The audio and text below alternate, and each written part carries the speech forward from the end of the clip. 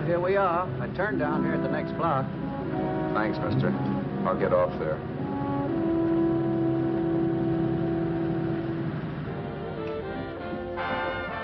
Want anything else? No. Hey, you. Me? Yeah, you. Where you heading? East. Too bad. I thought if you was heading north, I might be able to help you out. I'm pushing the Salt Lake, and I don't like to ride it alone at night. I'm one of those guys that got to talk or I fall asleep. Oh, sure, now, my partner, he's got Lou to keep him company, but I ain't got nobody at all. Where you coming from? West. Yeah, sure, I know, but where, L.A.? Maybe. Got a cousin out in L.A. You don't say. Yeah, he's been out. You're not much of a talker, are you? My mother taught me never to speak to strangers. Oh, a wise guy. So what? Okay, don't get sore. Just trying to be sociable, that's all. Hey, Glamorous. You change for a dime, will you?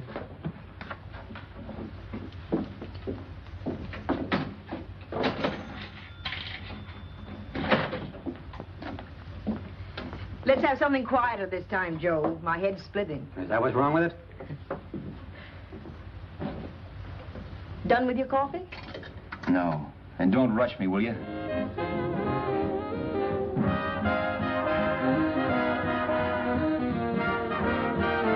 Hey, turn that off. Will you turn that thing off? What's eating you now? Yeah, what's eating you? That music, it stinks. Oh, you don't like it, huh? No, turn it off. Oh, wait a minute, pal.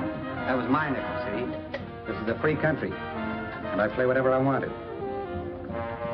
Okay. Sure. And if you don't like it, you don't have to listen to it. And you can leave here anytime you want to. Okay. I'm sorry I asked. First good piece played tonight and you don't like it. Some people just ain't got any good taste.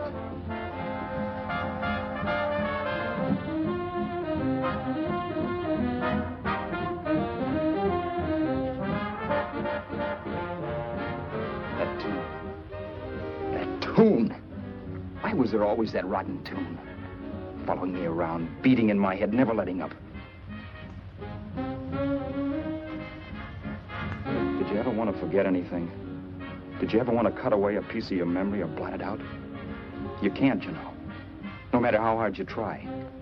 You can change the scenery. But sooner or later, you'll get a whiff of perfume or somebody will say a certain phrase or maybe hum something. Then you're licked again. I can't believe that you're in love with me. I used to love that song once. So did the customers back in the old Break of Dawn Club in New York. I can't remember a night when I didn't get at least 3 requests for it. Sue, she was always selling it too. Those were the days.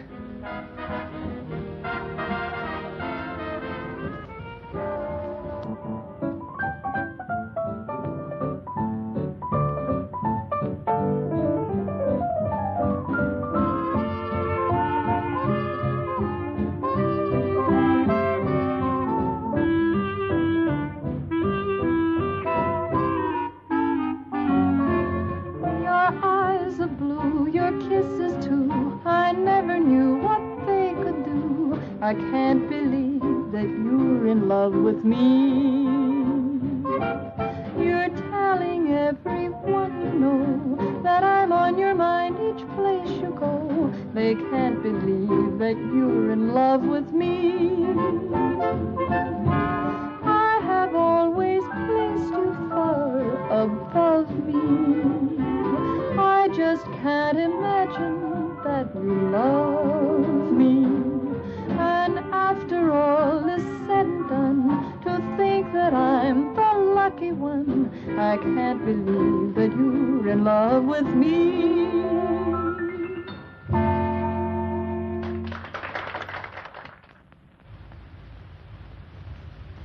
It wasn't much of a club, really. You know the kind. A joint where you could have a sandwich and a few drinks and run interference for your girl on the dance floor. I pounded the piano in there every night from 8 until the place closed up, which usually meant 4 in the morning. A good job as jobs went in those days.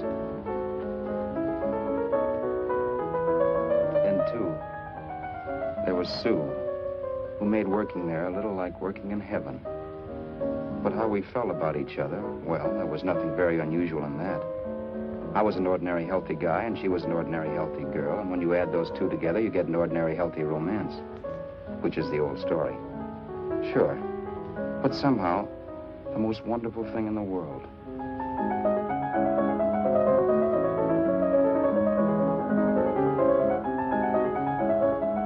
All in all, I was a pretty lucky guy.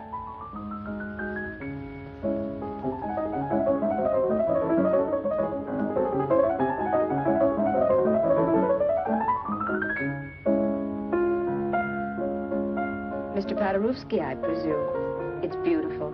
You're going to make Carnegie Hall yet, Al? Yeah, as a janitor. I'll make my debut in the basement. I don't blame you for being bitter, darling, but you mustn't give up hope. Why, someday... Yeah, someday. If I don't get arthritis first. In the meantime, let's blow this trap.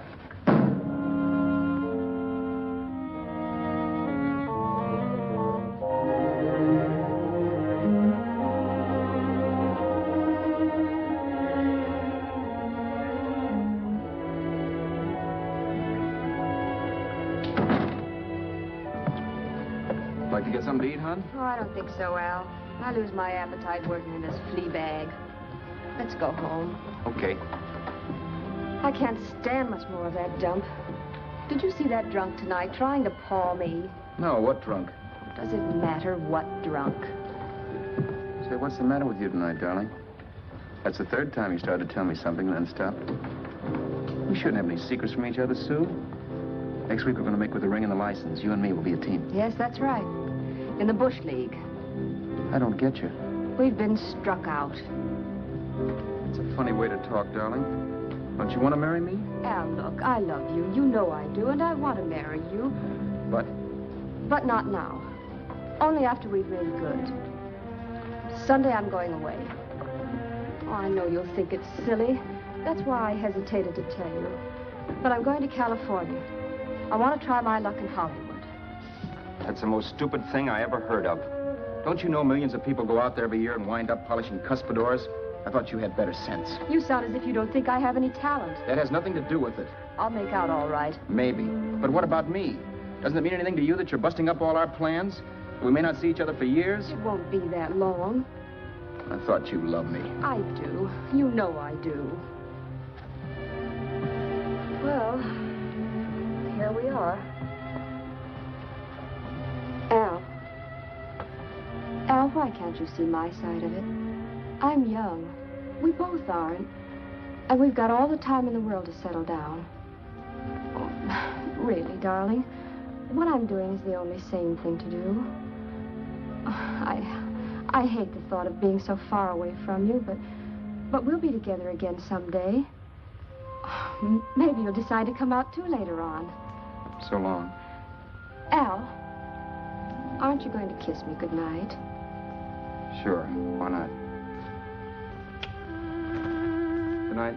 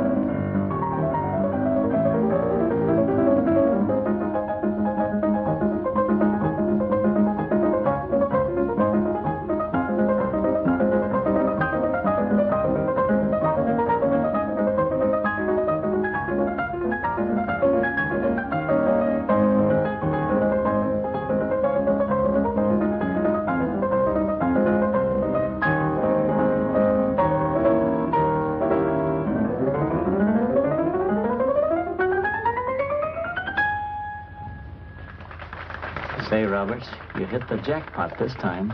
$10. Thanks.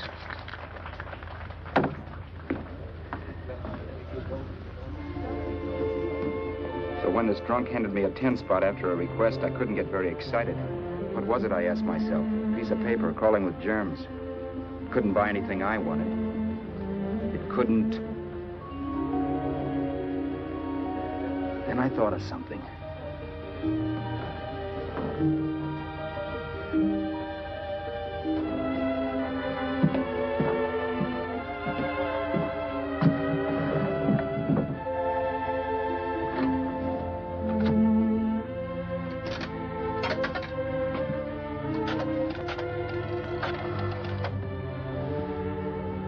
Long distance. I'd like to put a call through to Los Angeles. Miss Harvey. Sue Harvey, H-A-R-V-E-Y. The number is Crestview 65723.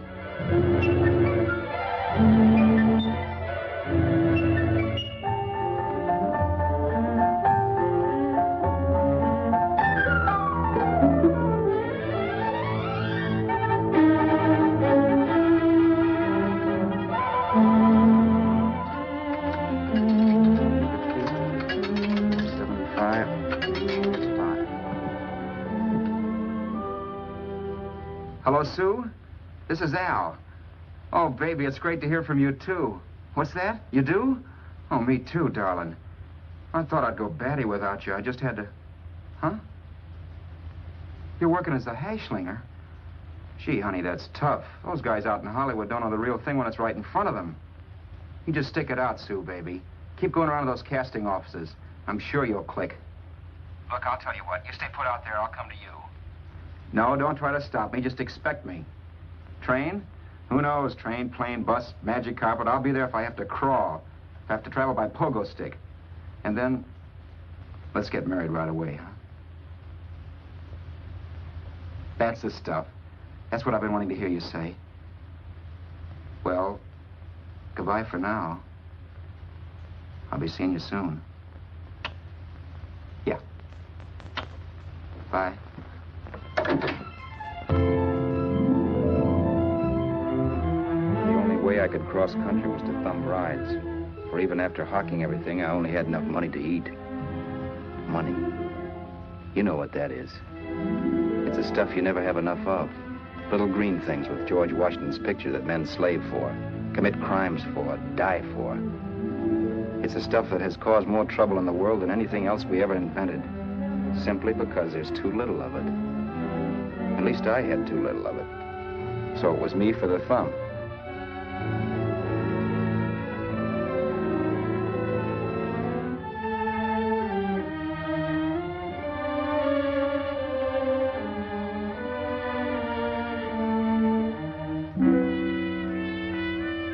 Ever done any hitchhiking?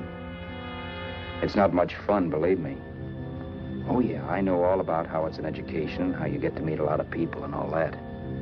But me, from now on, I'll take my education in college, or in PS 62, where I'll send $1.98 in stamps for 10 easy lessons.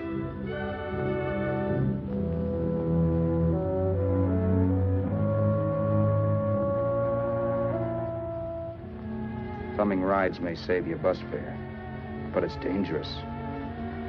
You never know what's in store for you. You hear the squeal of brakes. If only I had known what I was getting into that day in Arizona. Here, throw that in the back seat. Okay, let's go. Make sure that door's closed.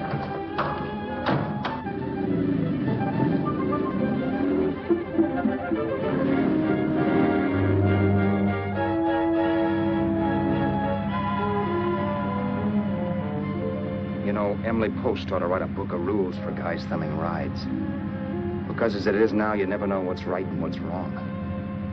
We rode along for a little while, neither one of us saying anything. I was glad of that. I never know what to say to strange people driving cars. Then, too, you can never tell if a guy wants to talk. A lot of rides have been cut short because of a big mouth. So I kept my mouth shut until he started opening up.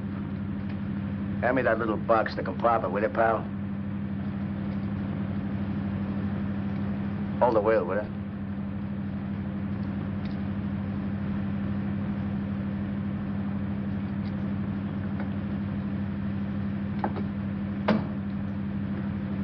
How far are you going?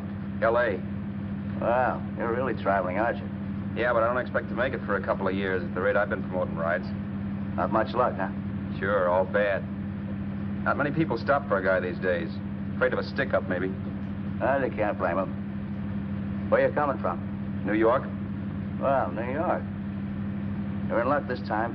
I'm going all the way. Right through to Los Angeles. You drive a car? Sure. Whenever you're tired, let me know. I'll holler. I guess at least an hour passed before I noticed those deep scratches in his right hand. They were wicked. 3 puffy red lines about 1/4 of an inch apart. He must have seen me looking at them because he said, Beauties, aren't they? They're gonna be scars someday. What an animal. Whatever it was, it must have been pretty big and vicious to have done that. Right on both counts, New York. I was tussling with the most dangerous animal in the world. A woman. She must have been Tarzan's mate. Looks like you lost the bob. Certainly wasn't a draw. You know, there ought to be a law against dames with claws. Yeah. I tossed her out of the car in her ear. Was I wrong? Give a lift to a tomato, you expect her to be nice, don't you? Yeah. After all, what kind of dame some rides? Sunday school teachers? Yeah. A little witch. She must have thought she was riding with some fall guy. And me, who's been booking horses around racetracks since I was 20. I've known a million dames like her. 2 million. Yeah. Stopped the car, opened the door. Take it on the yard, the Duffy sister, I told her. That's the stuff. As that was done, huh? But if you want to see a real scar, brother, get a load of this. Wow. I got that one dueling. Dueling? Yeah, we're just kidding, of course. My dad owned a couple of Franco-Prussian sabers. Kept them on the wall for decorations. Well, one day, the kid and I took them down when the old man wasn't around. Had a duel. He got me in the arm here. Pretty mean cut. Infection set in later. Yeah, I can see that. Now, give me that box again, will you? Yeah.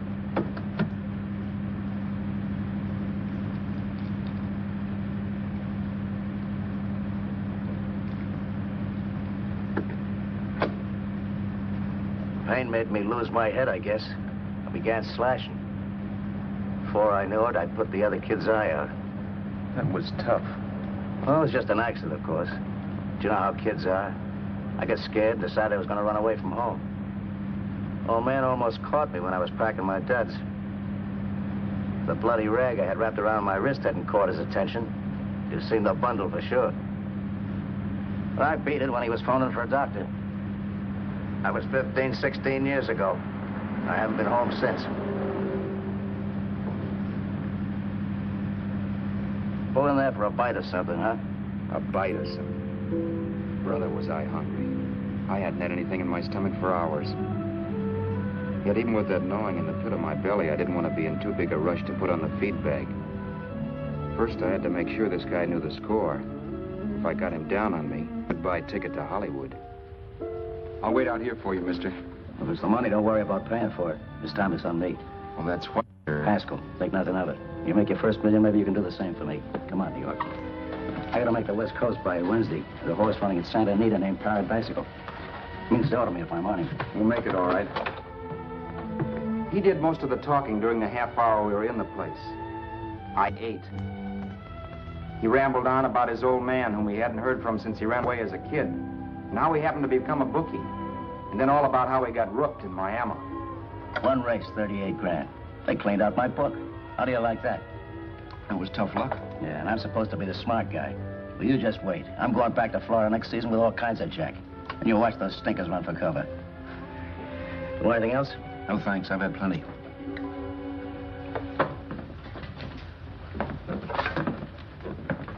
That check there, sister? Oh, just a minute. Your change, sir. Keep it, sister. Oh, thank you, sir. Call again. I'll be waiting outside for you when you finish work.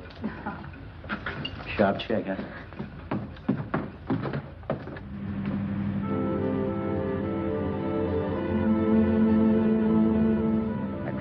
night while Haskell slept like a log. After a while, I began to get sleepy myself. I was happy, though. Soon I'd be with Sue again. The long trip was practically over, and there'd be no more hoofing it down the concrete. I began to think of the future, which couldn't have been brighter if I'd embroidered it with neon lights. It was nice to think of Sue shooting to the top.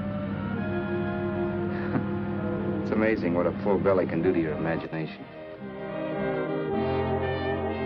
Your eyes are blue, your kisses too. I never knew what they could do. I can't believe that you're in love with me. You're telling everyone you know I'm on your mind each place you go. I can't believe that you're in love with me.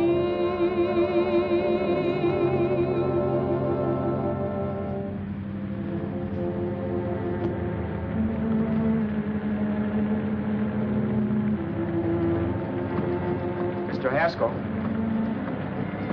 Mr. Haskell? Mr. Haskell, wake up. It's raining. Don't you think we ought to stop and put up the top?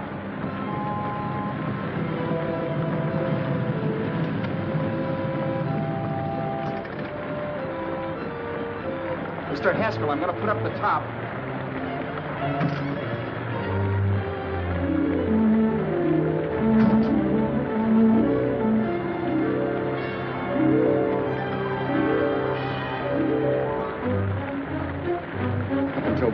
Things my way. But from then on, something else stepped in and shunted me off to a different destination than the one I had picked for myself. But when I pulled open that door... Mr. Haskell, what's the matter? Are you hurt? Are you hurt, Mr. Haskell? Start your sermon. I'll listen to it. But I know what you're going to hand me even before you open your mouths. You're going to tell me you don't believe my story of how Haskell died and give me that don't make me laugh expression on your smug faces. I saw at once he was dead, and I was in for it. Who would believe he fell out of the car? Why, if Haskell came too, which of course he couldn't, even he would swear I conked him over the head for his dough. Yes, I was in for it. Instinct told me to run, but then I realized it was hopeless. There were lots of people back down the road who could identify me. That gas station guy and the waitress. I would be in a worse spot then, trying to explain why I beat it. The next possibility was to sit tight and tell the truth when the cops came. But that would be crazy. They'd laugh at the truth. I'm not having my head in the noose. So what else was there to do but hide the body and get away in the car? I couldn't leave the car there with him in the gully. That would be like erecting a tombstone.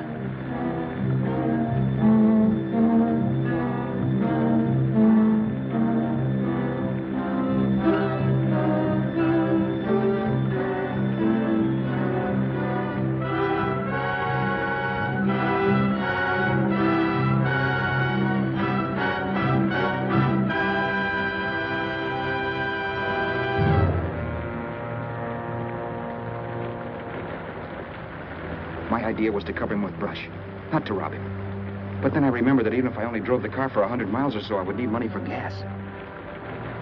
Besides, it was stupid of me to leave all that money on a dead man. Not only that, I'd have to take his driver's license in case I was stopped for something. I didn't like to think about it, but by that time I'd done just what the police would say I did, even if I didn't. My clothes. The owner of such an expensive car would never be wearing them. Some cop might pull me in on suspicion.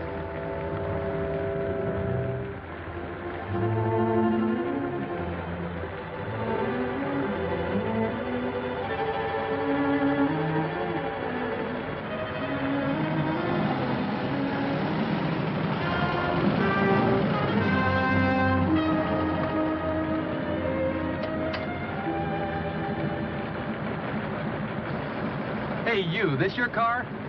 Don't you know better than to leave a car with the wheels halfway in the middle of the road? That's the way accidents happen. I'm sorry, officer. I was just putting up my top. I didn't think. Well, the next time, think. I'll let you go now, but watch your step in the future.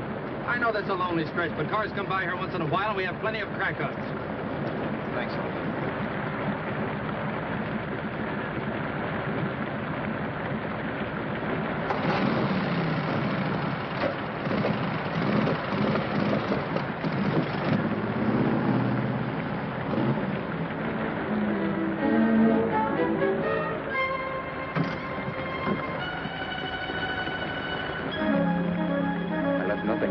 give me away as Roberts.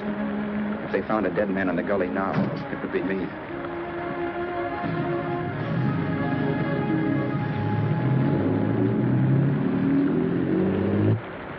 As I drove off, it was still raining, and the drops streaked down the windshield like tears.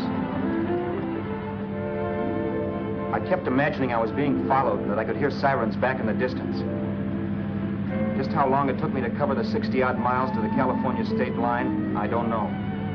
I lost all track of time. But the rain had stopped and the sun was up when I pulled up to the inspection station. Hello? Carrying any fruits or vegetables? No. Any livestock or poultry? No. I'd see your registration and driver's license, please. Anything in the baggage compartment? Just baggage. Charles Haskell, Jr., age 30, brown eyes, dark hair. Identifying marks, none. Are you Charles Haskell, Jr.? Yes. Well, remember, if you're employed and you stay over 30 days, you take out California plates. All right, officer, but I'll only be in the state a short while. Right, you can go now.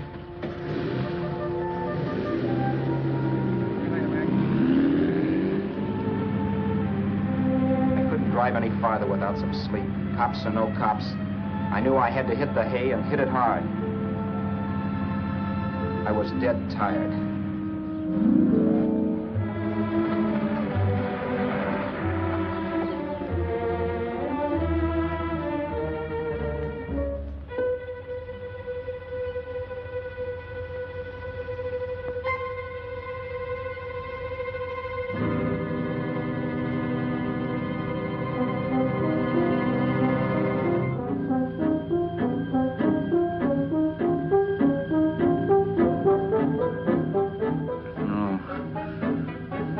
Mr. Haskell. No.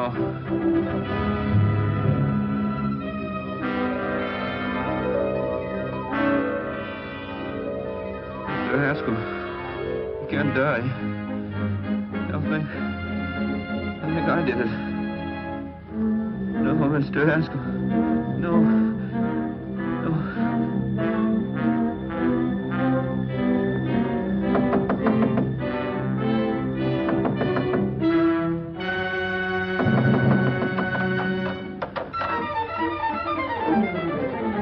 Who's there? It's the maid. Can I come in and clean? Later. In a half hour. All right, sir.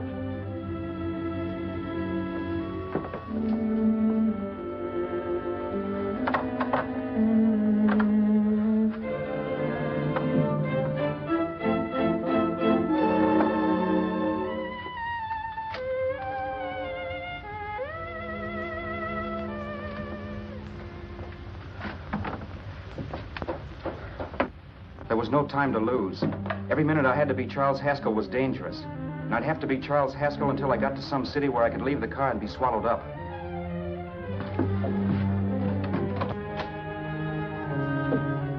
That meant driving the car as far as San Bernardino, maybe even to Los Angeles.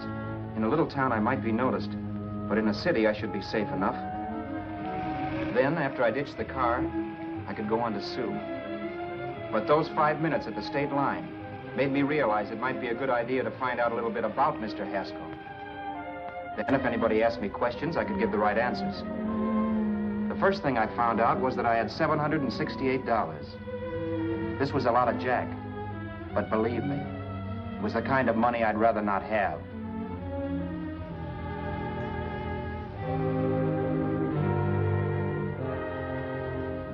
And then I found out from a letter Haskell was carting around in his bag that he wasn't the open-handed, easygoing big shot who went around buying dinners for strange hitchhikers. Before I got done reading it, I saw him more as a chiseler. It was written to his old man in California, the one he hadn't seen in so many years. In it, Haskell posed as a salesman of hymnals, of all things. It was easy to see where Haskell expected to raise a new stake for his book in Miami by rooking his old man. That was about all I found out from his effects, and it was enough. I told myself, maybe old man Haskell was lucky his son kicked off.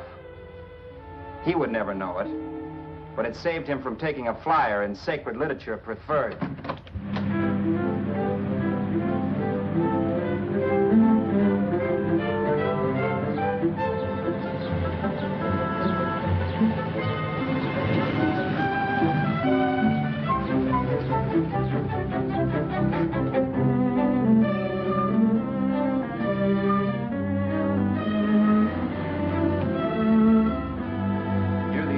Desert Center, I pulled up for water. There was a woman. Hey, you! Come on if you want to ride.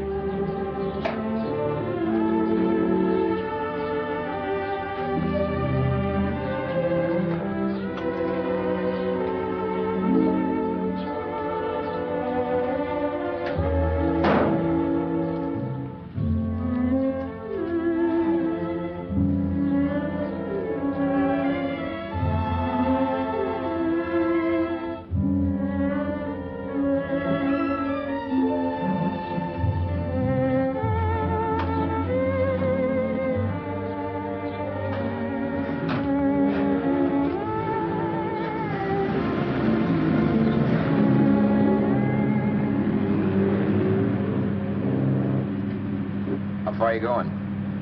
How far are you going? That took me by surprise, and I turned my head to look her over. She was facing straight ahead, so I couldn't see her eyes. But she was young, not more than 24. Man, she looked as if she'd just been thrown off the crummiest freight train in the world. Yet, in spite of this, I got the impression of beauty. Not the beauty of a movie actress, mind you, or the beauty you dream about when you're with your wife, but a natural beauty. A beauty that's almost homely because it's so real. Then suddenly she turned to face me. How far did you say you were going? Los Angeles? L.A.? L.A.'s good enough for me, mister. That's what I was afraid of. What'd you say? Oh, nothing, just thinking out loud. People get in trouble for doing that. What's your name? You can call me Vera if you like. You live in Los Angeles? No. Where are you coming from? Oh, back there. Needles? No. Oh, sure, Phoenix. You look just like a Phoenix girl. Are the girls in Phoenix that bad? The girl must have been pretty tired, because she fell asleep not 20 minutes after she stepped into the car. She lay sprawled out with her head resting against the far door, like Haskell. I didn't like that part of it much, but I didn't wake her up. It wasn't that this girl still worried me. I'd gotten over that funny feeling I had when she looked at me, which I put down as just my jangled nerves. With her eyes closed and the tenseness gone out of her, she seemed harmless enough. And instead of disliking her, I began to feel sorry for her. The poor kid probably had had a rough time of it. Who was she anyway? And why was she going to Los Angeles? And where'd she come from in the first place? The only thing I knew about her was her name. Not that it made any difference. A few hours more and we'd be in Hollywood. I'd forget where I parked the car and look up Sue. This nightmare of being a dead man would be over. Who this dame was, well, it was no business of mine. Where did you leave his body? Where did you leave the owner of this car? You're not fooling anyone. This buggy belongs to a guy named Haskell. That's not you, mister. You're out of your mind. That's my name, Charles Haskell. I can prove it. It's my driver's Save license. yourself the trouble, mister. Having Haskell's wallet only makes it worse. It just so happens I rode with Charlie Haskell, all the way from Louisiana. He picked me up outside of Shreveport. You rode? You heard me. Then it all came back to me. All the talk about dueling and scars and scratches. There was no doubt about it. Vera must be the woman Haskell had mentioned. She must have passed me while I slept. Well, I'm waiting. My goose was cooked. She had me. That Haskell guy wasn't dead yet. He wasn't stretched out stiff and cold in any Arizona gully. He was sitting right there in the car, laughing like mad while he haunted me. Well? There was nothing I could say. It was her move. Vera, whatever her name was just my luck picking her up on the road. It couldn't have been Helen, or Mary, or Evelyn, or Ruth. It had to be the very last person I should ever have met. That's life. Whichever way you turn, fate sticks out a foot to trip you.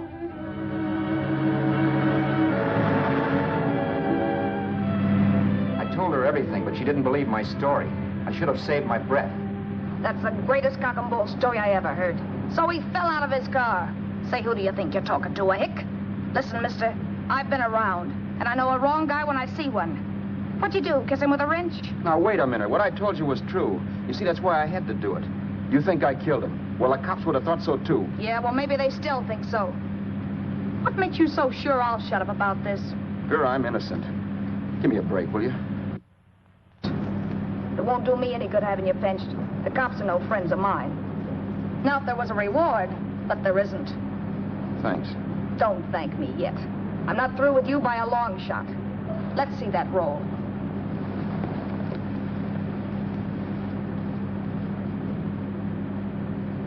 Is that all Haskell had? Isn't it enough? No, I thought he had more. Not that I know of. You can search me. You think I'm holding out on you? Well, maybe I will at that. He told me he was going to bet $3,000 on a horse named Paradisical on Wednesday at Santa Anita. He was stringing you along. He meant 300. Maybe. Sure, $3, 300. He was a piece of cheese, a big blowhard. Listen, mister, don't try and tell me anything about Charlie Haskell. Remember, I knew him better than you did. Okay, then you knew he was a four-flusher. That explains the $3,000 bet. I'm not so sure he didn't have that $3,000. Why should I believe you? You got all the earmarks of a cheap crook.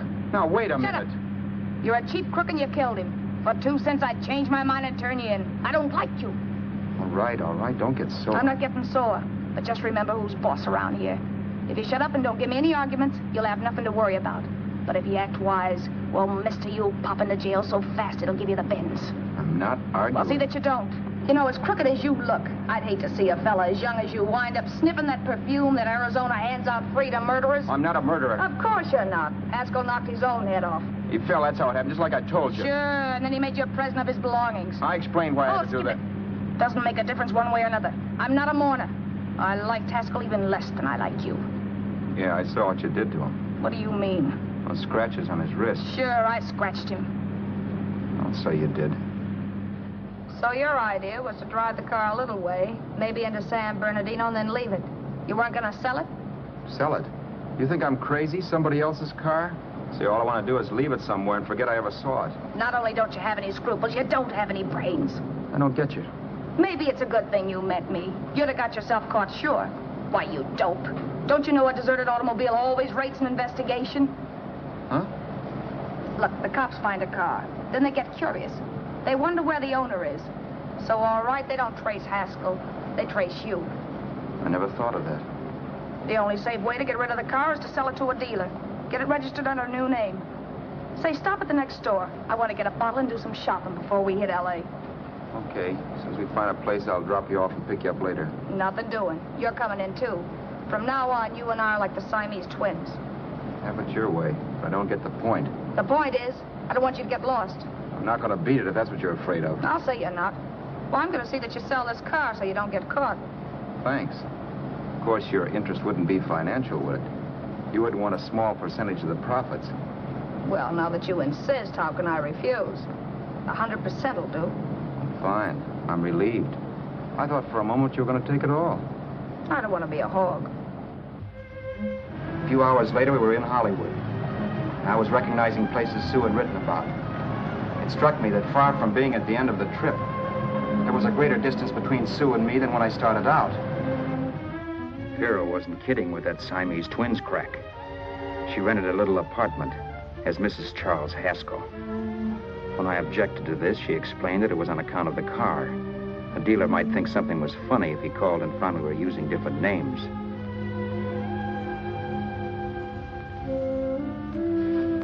Home, sweet home. Yeah.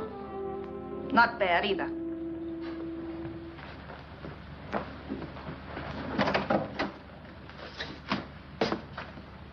In case there's any doubt in your mind, I'll take the bedroom. Yeah. Sure is stuffy in here.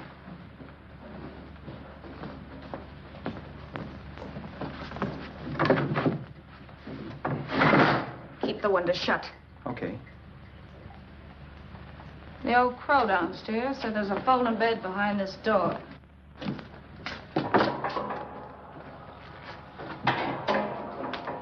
You know how to work it? I invented it. Some joint. One can't have everything.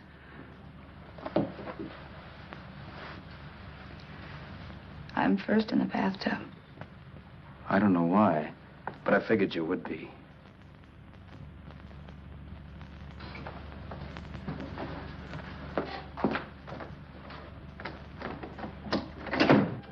Boy, oh boy. It sure feels good to be clean again. I must be 10 pounds lighter. You must be. Well, hitching rides isn't exactly the way you keep your schoolgirl complexion. I wish that guy with the sax would give up. Gets on my nerves. Forget it. Have a drink. Aren't you afraid I might take you up on it? If I didn't want to give you a drink, I wouldn't have offered it. Why be a sorehead, Roberts? You got yourself into this thing. You should be grateful I'm not turning you in. Why, if I wasn't regular, you'd be in the pen this minute, being photographed, fingerprinted, and being pushed around by the cops. So cheer up. Get rid of that long puss. Or is your conscience bothering you?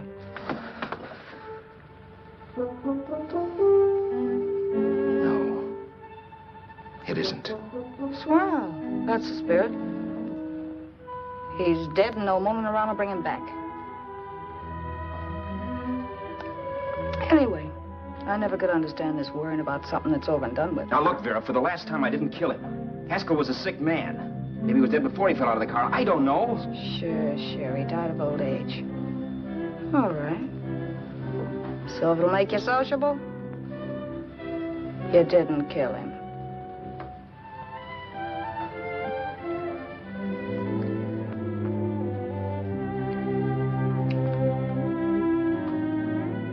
Thanks.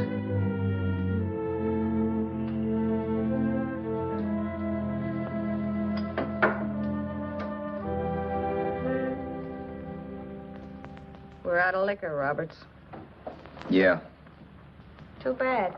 I felt like getting tight tonight. Well, I think you succeeded. Am I tight? As a prima donna's corset. That's good. I wanted to get tight. Why? What have you got to get tight about? Oh, I don't know. Few things. You should have my worries. If I had your troubles, I'd stay sober. And I've got the key to that door. Yeah. Maybe you're right. I'm always right. You know, I don't like your attitude, Roberts. Well, there's a lot of things I don't like. Sure. But life's like a ball game. You gotta take a swing at whatever comes along before you wake up and find it's a ninth inning. You read that somewhere. That's the truth, Roberts. All you do is bellyache. Taking it easy and, well, trying to make the best of things. But maybe that's what's wrong with the whole world. Get the professor. People knock themselves out trying to buck fate. Now, take you, for instance. You're lucky to be alive. Why, suppose Haskell had opened your door. You'd be playing a harp now. Think of that. You think of it. I'm tired of thinking. There's plenty of people dying this minute. I would give anything to trade places with you. I know what I'm talking about. I'm not so sure. At least they know they're done for. They don't have to sweat blood wondering if they are. Your philosophy stinks, pal. We all know we're going to kick off someday. It's only a question of when. But what's got us on this subject anyway? We'll be discussing politics next. Yeah. Where'd you hide the butts? On the table, sucker.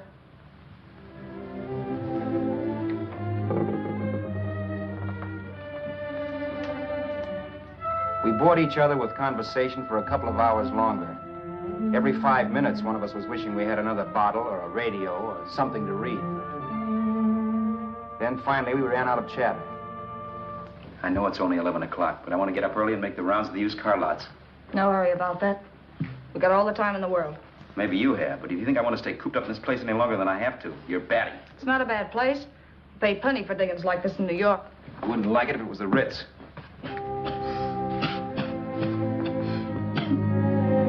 rotten liquor. You got a mean cough. Want to do something about it. I'll be all right. That's what Camille said.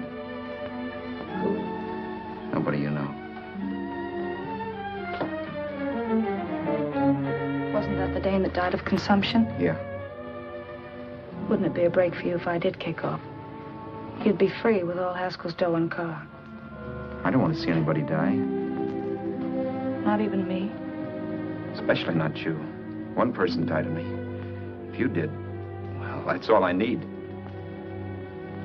You don't like me, do you, Roberts? Like you? I love you. My favorite sport is being kept prisoner. After we sell the car, you can go to blazes for all I care. But not until then.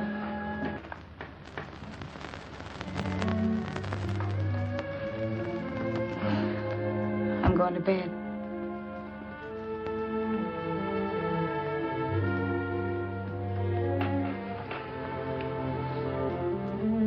Good night, Roberts. Don't try and sneak away during the night. All the doors are locked. Anyway, if I find you gone in the morning, I'll notify the police. They'll pick you up. Don't worry, I know when I'm in a spot. Well, good night. I hope that portable rack isn't too uncomfortable for you. Don't lose any sleep over it, will you, Vera?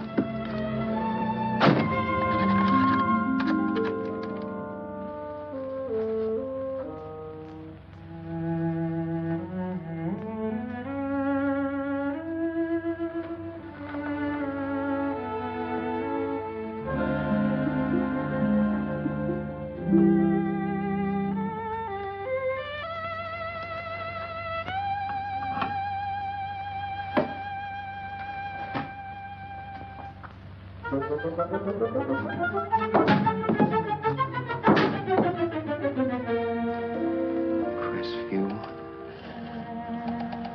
6, 5, 7, 2, 3.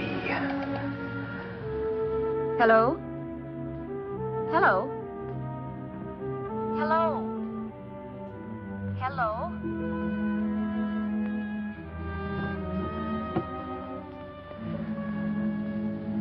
No. Not yet, darling. Tomorrow. Maybe. If this were fiction, I would fall in love with Vera, marry her, and make a respectable woman of her. Or else she'd make some supreme Class A sacrifice for me and die. Sue and I would bawl a little over her grave and make some crack about there's good in all of us.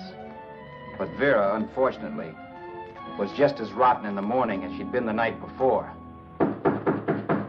All right, I'm coming. Look, Vera, it's almost noon. So what? The dealers will be there all day? They'll be there all year, too, but it doesn't wait that long. Shut up. You make it like a husband. Well, do I rate a whistle? You sure do, but let's go. Let's go, let's go. I spent $85 and 2 hours preparing bait, and all you can say is let's go. Come on.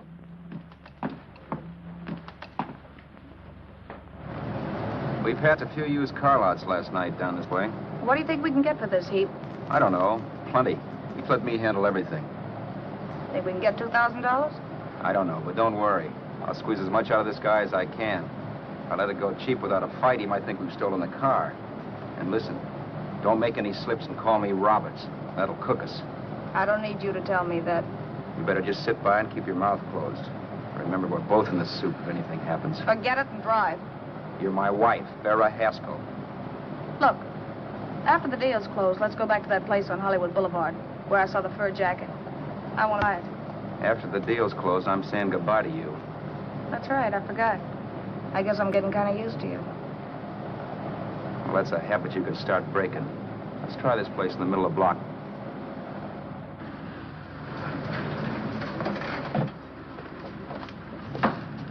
Good afternoon. What can I do for you? We're interested in selling a car. If the price is right.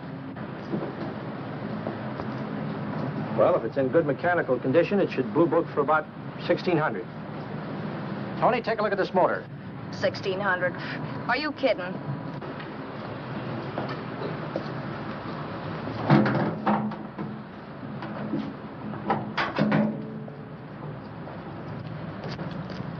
Well, maybe 1850. Before I let it go for 1850, I'll wreck it and collect the insurance first.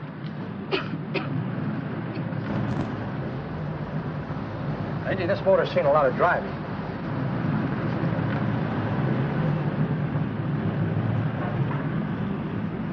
While the mechanic inspected the car, we haggled. At last, when we were all worn out, we hit a compromise. His price. Okay, it's a deal.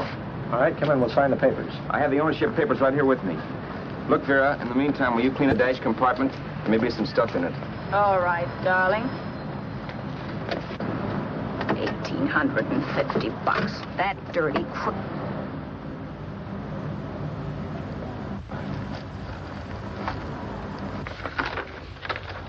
New York, huh? Yeah. But you bought the car in Miami. Yeah. Well, now let's see about the insurance. We can either have it transferred or canceled. What kind of insurance do you have, Mr. Haskell? Well, aren't all the papers there? I don't see any. Surely you know what type of insurance you carry in the car. The name of the company? Yeah, but, Well, if you'll just tell me the name of the company, I'd be very glad to take care of all the details. well, Did you sign the papers yet? not yet. Well, don't. We're not selling the car. Well, wait a minute, Mrs. Haskell. Come on, darling. What's the matter? Change your mind? Yes, I'm sorry. I guess I have. But, Vera... Let's go.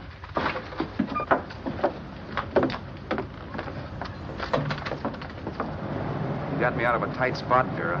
But I still don't understand all this. You will in a minute. I almost threw away a gold mine. 1850 isn't to be sneezed at. The car doesn't book for as much as I thought. We're not selling the car. You want to keep it. Now, wait a minute, Vera. You said yourself I wouldn't be safe until the car was in someone else's name. I'd like to be free of this mess when I go. That's just it, Roberts. You're not going. There's a drive-in at the next corner. Pull in there and we'll get a bite to eat. And I'll explain. What is this, another one of your brilliant ideas?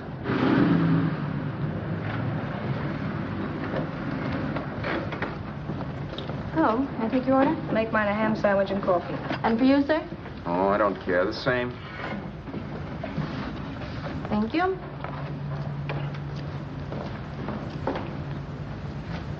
Get this, Vera. I've been pretty patient so far. I've done everything you asked me to do, but no more. Shut up. You've taken Haskell's money. And you can have the dough we get from selling the car. But you're not going to keep me a prisoner. It's a good thing I bought the paper. Take a look at that. Vera, I'm in no mood. Read that.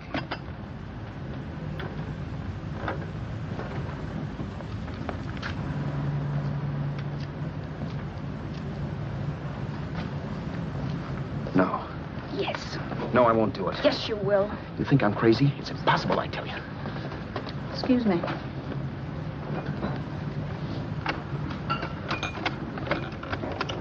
Blow the horn when you're through. No one could possibly get away with an act like that. It'd be wise to me in a minute. Don't be yellow. You look enough like him. The same coloring and the same build. See how his clothes fit you? No kidding, you almost had me fooled for a while. Oh, grow up, Vera. Don't you think a father knows his own son? And there must be other relatives. The father won't have to know you. We'll wait till he gives up the ghost. He's an old geezer and he won't pull through. And as far as other relatives are concerned, they haven't seen you in 15 or 20 years. Eat. I'm not hungry.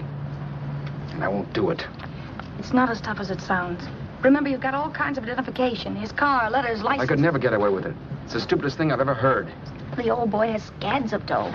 Look in the paper there. Personal fortune assessed at over 15 million. He'll leave plenty, I tell you. Maybe he cut off his son. How do we know? It's out, Vera. I won't have anything to do with it. I think you will. Look, Vera, I'll do anything within reason. But not that. So forget it. Or find yourself another stooge. You sap. You'll be fixed for the rest of your life as Charlie Haskell. You can take your inheritance and go away. No more worrying about the rent, no sweating, scheming, wondering where your next meal's coming from. Think about that, Roberts. Vera, please, you're talking too loud. On this, I'm splitting 50-50 with you. Sure, why not? We're both alike, both born in the same gutter. Now, take it easy, Vera. There's people around here. You don't know what you're talking about. We'll wait till we read that old man Haskell's dead. Then you show up. Like you read in New York that he was sick. No. Suppose he doesn't die. He will. I know he will. Something tells me. But as much as I insisted I would have no part of her scheme, Vera was taking it for granted I would. Neither of us had our mind on the cards as we played that night. I knew we were just trying to kill time between newspaper editions. This was a death watch for Vera. Maybe it was for me, too.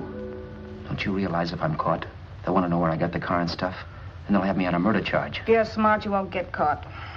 I knock for 7. And if I'm caught, don't you realize you'll be out, too? 18 points. That gives me 30. How will I be out? You'll be out $1,850 we would have gotten on the car. Really, Vera, you'd be an awful chump if you threw away all that dough on a dizzy long shot. Let me sell the bus tomorrow. With the money it'll bring and what you've already got, a clever kid like you can run it up in no time. Then we'd both be in the clear. I'll be in the clear anyway. Maybe. Maybe. But if I got caught, I'd get good and sore at you, you know. You mean you'd squeal? Well, no, not squeal exactly. Never mind what you meant. Even if you did tell the cops I was in on it with you, what could they do to me? They might give me the same medicine they gave you. Yeah. A rope. But I'm on my way anyhow. All they'll be doing will be rushing it. All right. But think of the $1,850 you'd lose. You'd kick yourself along the block and let it get away from you. I'll take the chance.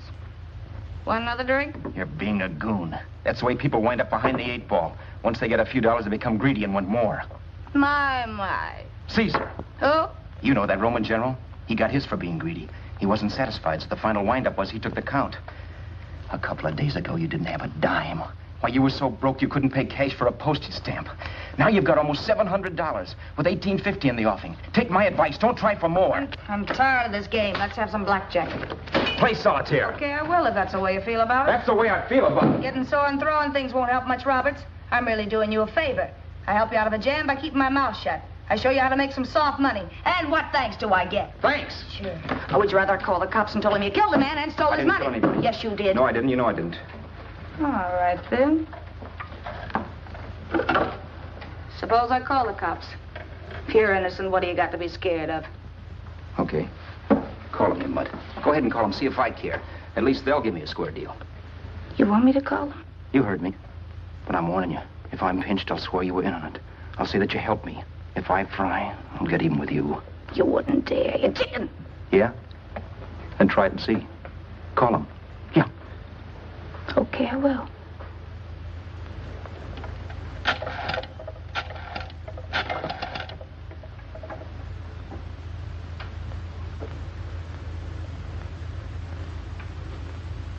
Information? I want the number of the Hollywood police station. Okay, I got it. Thanks. Wait a minute, Vera. You wouldn't do that. Well, wouldn't do that, and I'll show you if I would. Take it easy now. Let's talk this over. This was early in the evening, and the conversation, while hectic, was at least pitched low. But as the minutes passed, and more obstacles to her plan popped into my head, the air got blue. Each word coming from our lips cracked like a whip. I reminded her that as Charles Haskell, I didn't even know my mother's name, where I'd gone to school, the name of my best friend, whether I had an Aunt Emma or not, my religion, and if I'd ever owned a dog. I didn't even know what my middle initial stood for. I also pointed out that the real Haskell had a scar on his forearm. His people never saw that scar. He told me he ran away right after putting out the kid's eye. Yeah, but his father knew he was cut. It'd have to be some kind of a mark. So what? The old man's dead, or will be. I hope by tomorrow morning's papers. Anyway, you could cut yourself a little, couldn't you? Boy, for that kind of dough, I'd let you cut my leg off. You're drunk and you're crazy mad, Vera. Turn me in if you want to, but I won't get mixed up in this. Besides, how do we know Haskell was such a phony? Maybe it wasn't the man's son at all. Maybe he just dreamed it up. Well, dreaming or not, you won't be dreaming when the law taps you on the shoulder. There's a cute little gas chamber waiting for you, Roberts. And I hear extradition to Arizona's a cinch. Where's that phone? Vera! Leave me alone. Vera! Here. I want a phone. Call police. I hate you, yellow stinker. You leave me alone. I'll let you alone when you promise to leave the phone where it is. You're drunk. You don't know what you're doing. You're hurting me. Will you promise? All right.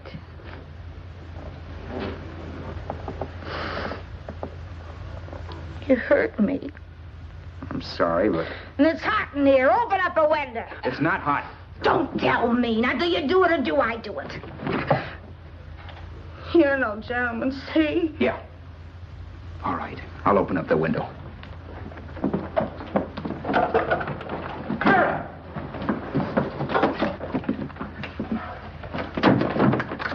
Vera, open the door. Please open the door. Vera, open the door. Don't use the phone. Listen to me.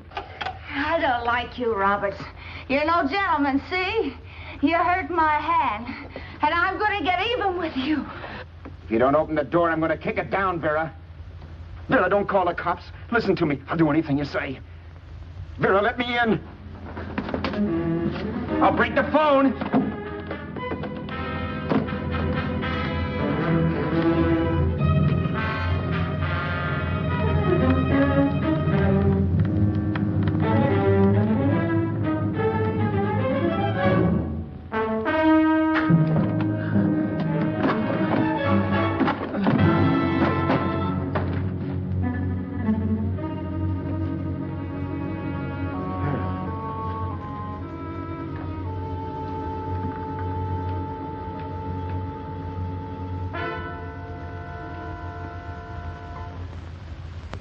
The world is full of skeptics. I know. I'm one myself. In the Haskell business, how many of you would believe he fell out of the car? And now, after killing Vera without really meaning to do it, how many of you would believe it wasn't premeditated? In a jury room, every last man of you would go down shouting that she had me over a barrel and my only out was force. The room was still. So quiet that for a while I wondered if I had suddenly gone deaf. It was pure fear, of course. And I was hysterical. But without making a sound. Vera was dead. And I was her murderer. Murderer. What an awful word that is. But I'd become one. I'd better not get caught. What evidence there was around the place had to be destroyed. And from the looks of things, there was plenty. Looking around the room at things we'd bought was like looking into the faces of 100 people who'd seen us together and who remembered me. This was the kind of testimony I couldn't rub out. No. I could burn clothes and hide bottles for the next 5 years. There'd always be witnesses. The landlady, for one. She could identify me. The car dealer, the waitress in the drive-in, the girl in the dress shop, and that guy in the liquor store. They could all identify me. I was cooked. Done for. I had to get out of there. While once I'd remained beside a dead body, planning carefully how to avoid being accused of killing him, this time I couldn't. This time I was guilty. I knew it. Felt it. I was like a guy suffering from shock. Things were whirling around in my head. I couldn't make myself think right. All I could think of was the guy with the saxophone and what he was playing. It wasn't a love song anymore. It was a dirge.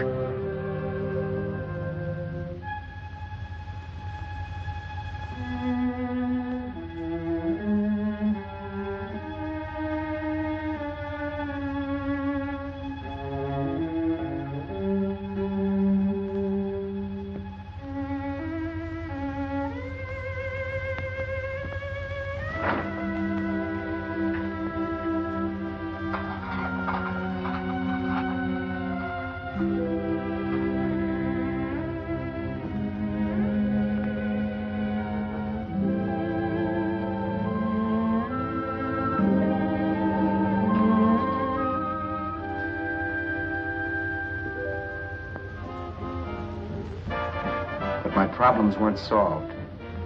I had to stay away from New York for all time. Because Al Roberts was listed as dead and had to stay dead. And I could never go back to Hollywood.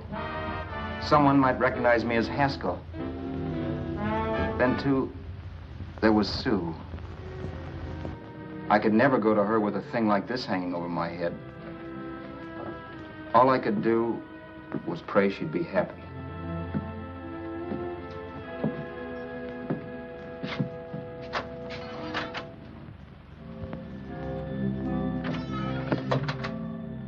I was in Bakersfield before I read that Vera's body was discovered, and that the police were looking for Haskell in connection with his wife's murder. Isn't that a laugh? Haskell got me into this mess, and Haskell was getting me out of it. The police were searching for a dead man. I keep trying to forget what happened, and wonder what my life might have been if that car of Haskell's hadn't stopped. But one thing I don't have to wonder about. I know. Someday a car will stop to pick me up that I never thumbed.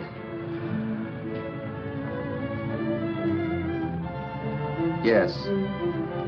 Fate, or some mysterious force, can put the finger on you or me for no good reason at all.